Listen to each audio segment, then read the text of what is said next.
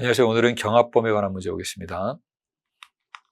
유죄 후 확정 판결을 받은 사람이 그 후 별개 후 후행범죄를 저질렀는데 유죄 후 확정 판결에 대해서 재심이 개시된 경우 후행범죄가 재심 대상 판결이란 재심 판결 확정 전에 범해졌다 하더라도 아직 판결을 받지 않은 후행범죄와 재심 판결이 확정된 선행범죄 사이에는 형법 30조 후단에서 정한 경합범 관계가 성립하지 않는다.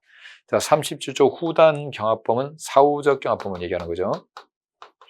자, 사후적 경합범은 동시에 판결할 수 있었는데 우연한 사정에 의해서 하나의 죄가 벌써 재판을 받아버렸고 나머지 떨어져 있는 그 떨거지를 처리하는 문제라고 씁니다. 그러면 동시에 판결할 수 있다는 걸 전제로 깔아야 돼요.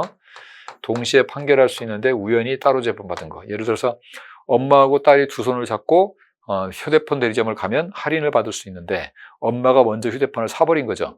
나중에 딸이 따로 갔을 때 그 할인을 해줄 것이냐, 그 문제가 되는데 원래 동시에 와서 할인을 받을 수 있다면 할인을 해줄 수 있다가 사후적 경합범이죠. 그래서 감경이나 면제를 할 수 있다. 이게 사후적 경합범의 개념인데, 그러면 동시에 판결할 수 있어야 되는데 지금 사례를 잘 보시면요, A라는 죄가 유죄 확정 판결을 받았습니다. 이렇게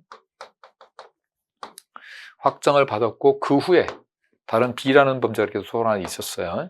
그러면 B라는 범죄는 유죄 확정 판결 받고 나서 일어난 범죄이기 때문에 A와 B는 절대 동시에 재판할 수 있는 사건이 아닙니다. 그러면 A를 재판받았을 때 얘를 갖다가 재판할 수 없다. 이건 미래의 일이니까 그럼 둘은 동시에 경합범이 될 수 없고 감경 면제할 수 없는 거죠. 근데 이 A라는 범죄가 재심이 나온 거죠. 재심.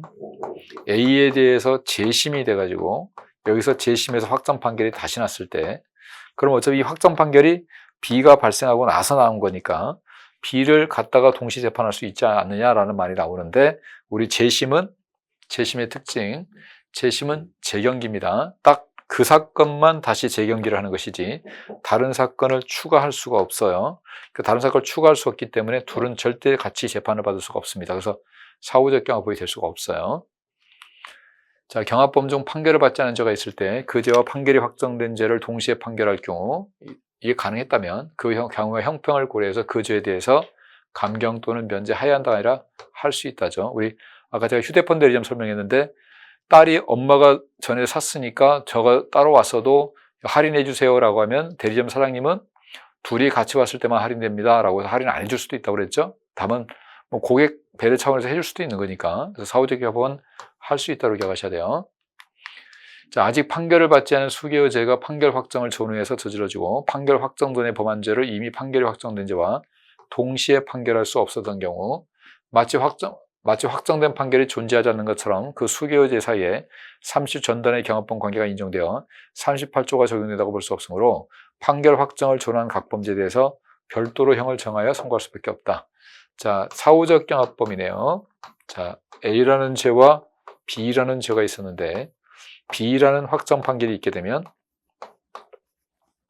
이 확정 판결이 금고 이상으로 나게 되면, 금이 간다고 그랬죠? 금이 쫙 가버리게 되면 그 금가기 전의 것들은 같이 재판받을 수 있던 거지만 금간 후에 일어난 것들은 같이 재판을 할 수 있는 애가 아니에요. 그럼 얘는 사후적 경합범이 안 되고 요 A만 사후적 경합범이 되죠. 그러면 나중에 이 A와 C를 재판을 같이 받게 됐을 때 이때 어떻게 할 것이냐의 문제인데, A는 금가기 전에 있었던 사건이니까 사후적 경합범이 돼서 얘는 감경이나 면제를 해줄 수 있지만 C는 동시에 재판받을 수 있는 게 아니죠. 금간 후에 발생한 거니까. 그럼 얘는 감경 면제를 할 수가 없습니다. 그래서 두 개는 서로 다르기 때문에 따로 때려야 돼요. 그래서 형을 A 따로 C 따로 때려야 됩니다.